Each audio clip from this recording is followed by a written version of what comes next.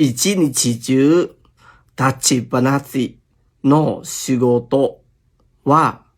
本当にしんどい。一日中立ちっぱなし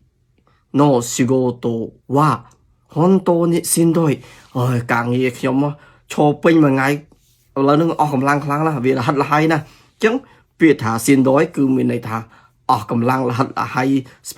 ពឹករួយសពុនរាងកាយហ្នឹងអាហ្នឹងគឺពាក្យស៊ីនដយបើថាវាអស់កម្លាំងខ្លាំងណាស់ទាំងសតិអារម្មណ៍ទាំងការងារទាំងរាងកាយហ្នឹងគឺស៊ីនដយអាហ្នឹងយើងប្រាប់វាណា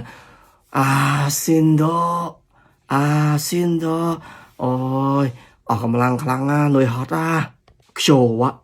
仕事がしんどいអូយថ្ងៃហ្នឹងធ្វើការអស់កម្លាំងខ្លាំង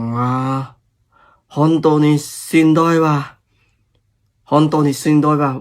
ពិតជាអស់កម្លាំងមែនហើយពិតជានឿយហត់មែនហើយហុំម៉ានេះしんどいわហុំម៉ានេះしんどいわអស់កម្លាំងមែនហើយវ៉ា体がだるい体がだるいអូយស្ពឹកសពុនរាងកាយអស់ហើយអូខេបាយបាយ